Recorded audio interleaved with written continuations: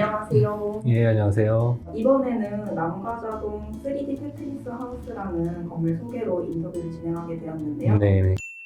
공동체 주택이 저희가 흔히 아는 빌라와 아파트와의 차이점이 있다고 들었는데 네네. 어떤 게 차이점이 있는지 얘기를 해주실 수 예, 있나요? 먼저 이제 빌라라는 그 용어가 시장에서 조금 이렇게 혼동돼서 쓰이는 경우가 많아요. 두 개로 일단 나누면 단독주택과 공동주택이 있어요. 그 단독주택은 한 가족이 사는 보통의 주택을 생각하시면 되고, 아파트는 잘 아실 거고요. 단독주택에는 다가구주택이라는 게 있고요. 공동주택이라는 데는 다세대 주택이라는 게 있습니다. 다세대 주택이라는 건 뭐냐면은 아파트처럼 똑같이 분양을 목적으로 하는 것이 다세대 주택이라고 하고요. 임대를 목적으로 단독주택과 같은 한 사람의 소유주가 다가구 주택을 지어서 임대를 하는 경우를 다가구 주택이라고 합니다. 지금 말씀드린 거는 이제 빌라에 대한 개념을 제가 정리를 했고, 여기 이제 공동체 주택이라는 게 최근에 생겨나게 됐어요. 공동체 주택은 입주자들이 공동체 공간과 공동체 규약을 갖추고 입주자 간의 어떤 공동 관심사를 함께 해결하면서 공동체 활동을 생활화하는 주택을 말합니다. 그래서 다세대 주택, 다가구 주택과 가장 큰 차이점은 어떤 특정한 사람들이 모여서 공동체를 형성해서 공동체 공간을 건물 안에 갖추고 있다는 점에서 가장 큰 차이가 있고요. 이 공동체 주택의 타입이 여러 가지가 있는데, 크게 보면 이제 소유형과 임대형이 있습니다. 이번 프로젝트에 한해서 말씀을 드리면 이건 이제 조합 소유형이라고 하거든요. 어떤 사람들이 모여서 일종의 조합을 만들어서 이 조합이 공동 소유를 하고 거기에 이제 조합원들이 임대를 하는 형식을 빌려서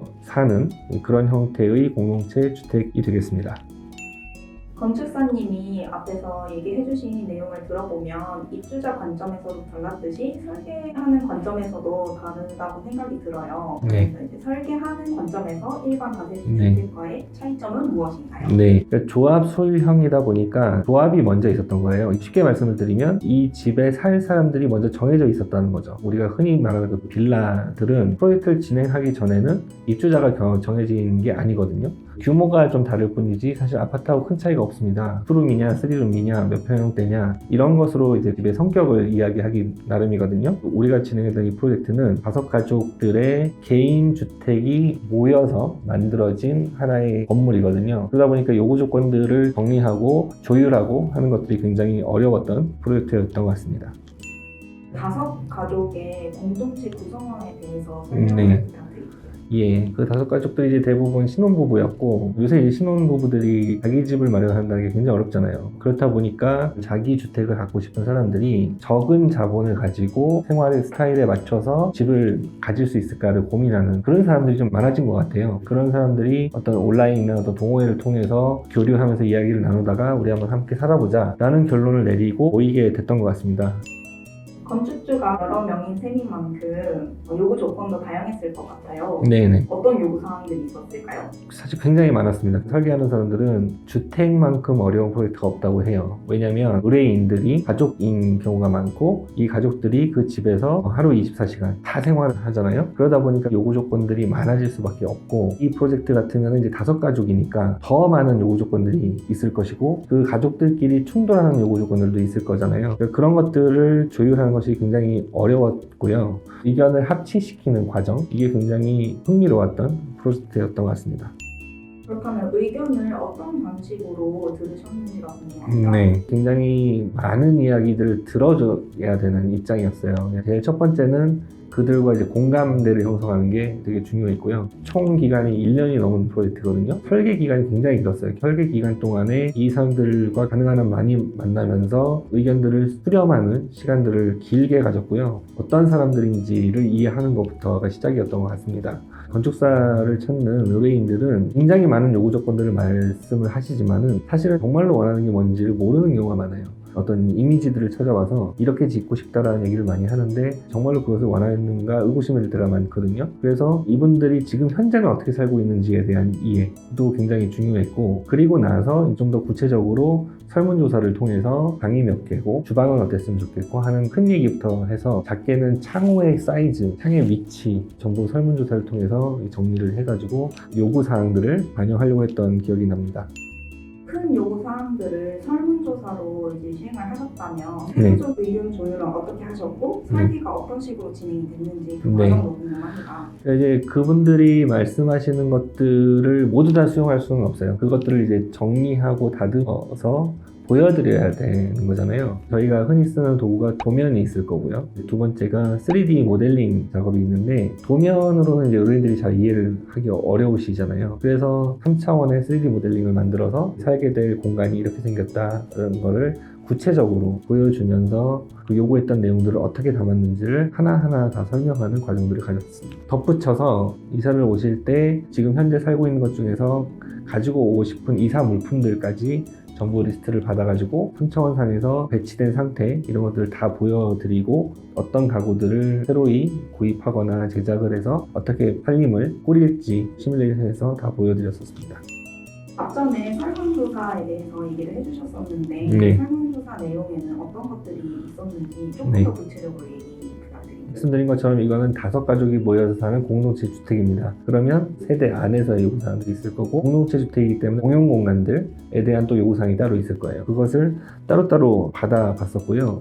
요새 이제 그 알파 공간이라는 말이 많이 쓰거든요. 근데 그게 뭐냐면 3룸 구성이 많이 있잖아요. 우리나라는 침실이 하나 있을 거고요. 그 다음에 옷방이 하나 있을 거예요. 그러면 3룸이니까 방이 하나 비잖아요. 그래서 그 세 번째 방의 용도가 집집마다 요구에 따라서 달라지는 상황, 그걸 이제 우리가 알파 공간이라고 부릅니다. 그것에 대한 요구사항도 이제 받았었고요. 그 다음에 이제 가족의 공용 공간들, 거실이나 주방의 형태, 구성, 그 다음에 이제 유틸리티 공간들, 다용도실이나 화장실이나 세탁장 같은 것도 이제 공동 세탁장을 만들어줬었는데 어떤 세대는 나는 공동 세탁장에서 쓰기가 싫다, 그래서 다용도실로 키워달라, 뭐 이런 요구 조건들이 있었습니다. 그래서 공용 공간에 대해서도 여러 가지 재미난 얘기가 많았었는데 말씀드린 것처럼 여기가 이제 신혼부부들이 사는 집이다 보니까 아이들에 대한 관심이 제일 컸어요. 공동 육아실, 그 다음에 공동 공부방, 조합원들이 모여서 회의도 하고 모임도 하고 어떤 단합대회도 할 수 있는 다목적실, 이런 것들을 요구했었고요. 공동 텃밭이나 공유 서재, 또 홈 트레이닝 공간, 이런 것들은 좀 정리를 했었던 기억이 납니다. 그 외에 기타 요구 상황에서 혹시 네. 기억에 남는 에피소드가 있을까요? 이게 좀 재미있게 생각됐던 게 이제 고양이 방이었어요. 아이도 키우고 이제 고양이 3마리를 키우는 집이었는데 밤에 이제 고양이를 둘 공간이 필요했던 거예요. 고양이를 관찰할 수 없을 때 안전하게 놔둘 그런 장소가 필요했고, 그 베란다를 얘기했는데 베란다가 참 공간이 여의치 않았었습니다. 결론적으로는 고양이 방을 작게 만들어주는 반려동물에 대한 사랑이 지극한 그런 가족도 보았습니다. 건축사님은 의견 조율 과정에서 중요하게 생각하시는 점이 무엇인가요? 가장 중요한 거는 서로 이제 소통을 어떻게 계속 이어가느냐, 그리고 어떻게 공감을 이루면서 이해하면서 이렇게 진행할 수 있느냐라는 건데요. 그러기 위해서는 이제 신뢰가 되게 중요해요. 저는 이제 의뢰인이 저를 찾아와서 미팅을 할 때 그런 말씀 꼭 드립니다. 다른 건축사들도 많이 만나고 오셨을 거고, 그리고 이제 저를 선택했다면 선택한 다음에는 반드시 믿어달라는 말씀을 꼭 드리고, 믿음을 얻기 위해서는 첫 번째 미팅에서 그 사람들하고 어떻게 첫 단추를 끼우느냐가 신뢰의 바탕을 만드는데 굉장히 결정적으로 작용한다고 생각을 해요. 모르는 사람들이 만나서 프로젝트를 진행하는 일이고, 많은 사람들이 이렇게 어우러져서 일을 만들어가는 과정이기 때문에 서로 알아가는 시간이 굉장히 중요합니다. 그런 바탕 안에서 여러 가지 대화를 나누다 보면 어떤 구체적인 요구사항의 내용들, 이런 것들을 알 수 있고, 그것들을 바탕으로 해서 이 대지가 가지고 있는 조건에 맞춰서 기획 설계안을 만들게 되고요. 이분들하고 제일 좋았던 것이 안을 처음 만들어서 설명을 드릴 때 반응이 굉장히 좋았어요. 그 자리가 유쾌했기 때문에 긴 프로젝트의 기간 동안에 큰 어떤 무리 없이 진행이 됐던 것 같습니다. 지금까지는 이제 공동체 주택이 무엇인지, 그 다음에 의견 조율 과정에 대해서 이제 얘기를 해보았다면 네. 이번에는 건물 디자인에 대해서 좀 얘기를 나눠보고 싶어요. 네네. 외관의 형태에 대해서 이야기를 나눠보고 싶은데 네. 반듯하지 않는 사선의 특이한 형태를 가지고 있어요. 네. 그 이유가 무엇일까요? 먼저 말씀을 드리면 그 도시 지역에 주택들이 모여있는 밀집 지역은 1조 사선 제한이라는 걸 받습니다. 이쪽으로도 사선을 받고 이쪽으로도 사선을 받아요. 북향이 이렇게 되기 때문에 위에 있는 주택들의 그 1조를 받기 위해서 건물의 사선 제한을 걸어놓는 겁니다. 그것 때문에 네모 반듯하지 않은 사선을 갖는 건물이 만들어졌고, 근데 사선 제한은 도로에서는 좀 완화가 됩니다. 그래서 이 부분이 이렇게 솟을 수 있었어요. 하얀색으로 된 부분들이 공용부를 표현한 거거든요. 공동 세탁장이니 공동 공부방 이런 것들을 끼워 넣을 수 있는 여건이 조성이 됐던 거죠.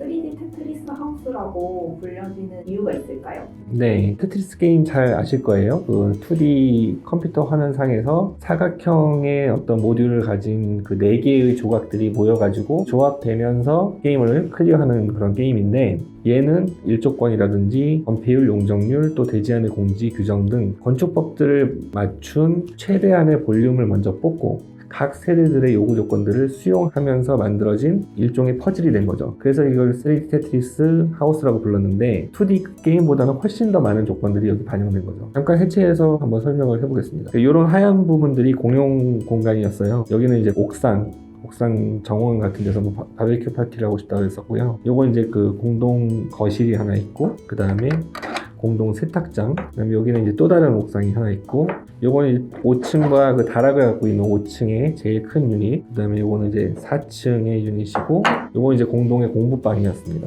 3층의 유닛이 좀 큰 유닛이 하나 있고, 이건 2층과 3층 복층을 갖는 유닛이 있고요. 요거는 이제 2층의 가장 기본 유닛이었던 것 같고요. 그 다음에 1층에는 공동 육아실이 있었고, 그 다음에 요게 계단과 엘리베이터가 있는 코어 부분이 있고, 이것이 이제 지하에 연결이 돼서 지하에 이제 아까 말씀드렸던 다목적실이 크게 자리를 하고 있었습니다.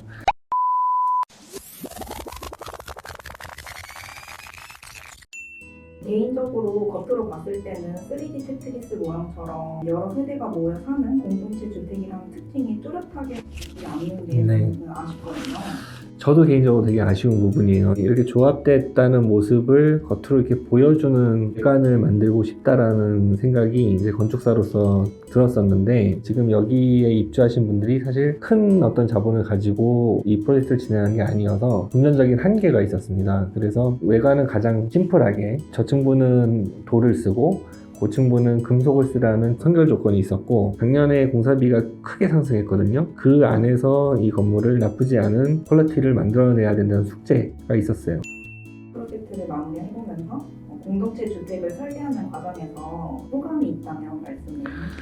네, 공동체 주택이라는 것이 처음에는 저도 이제 되게 낯선 개념이었고, 이제 시대상이 많이 바뀌었잖아요. 1인 가구가 많아지고 양극화가 좀 심해지고, 그러다 보니까 사회에 처음 진출하는 젊은 세대들이 집을 갖는 게 점점 어려워지는 것 같습니다. 그런 반면에 또 라이프 스타일은 굉장히 다양해졌고요. 단독으로 주택을 짓기는 어려운 사람들이 모여서 함께 주택이라는 형태를 모아서 만들어보자, 모여서 살아보자 라는 트렌드가 좀 생기고 있는 것 같아요. 그래서 굉장히 흥미로웠고, 그 단독주택을 산 사람들은 소수였는데 자꾸 이제 사람들이 자기 삶에 맞는 적합한 어떤 맞춤 옷을 입고 싶다라는 생각들을 하고 있는 것 같아서 건축사로서는 앞으로 좀 기대가 큽니다.